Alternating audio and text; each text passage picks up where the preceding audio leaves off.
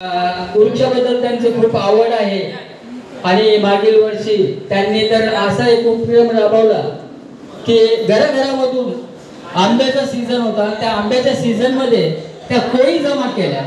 हा कोळी जमा करून त्या कोळीपासून वृक्ष निर्माण केले आणि अनेक ठिकाणी त्यांनी ते वृक्ष रोपण करून त्या वृक्षांची वाढ केलेली आहे.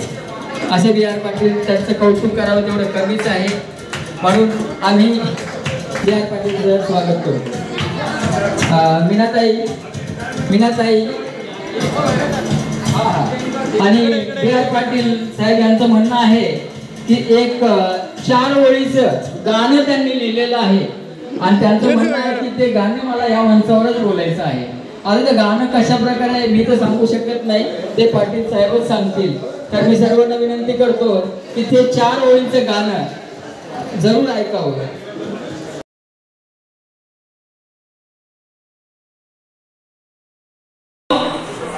वृक्ष लागवड करणं आणि ते लोकांपर्यंत पोहोचवणं, प्रत्येक वृक्ष हे खूप कठीण काम आहे.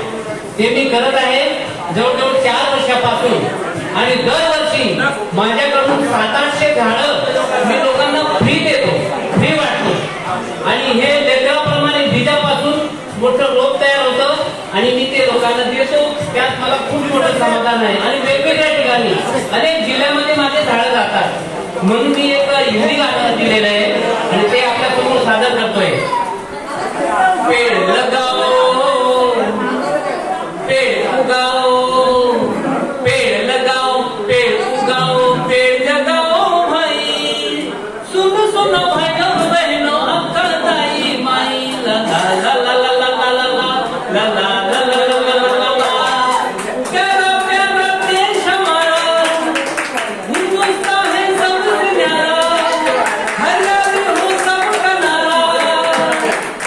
कदमे है हमको पर्वत पीले, गोद में हर एक बच्चा जिले, खाना पीना सबको मिले. खुराक मिलती है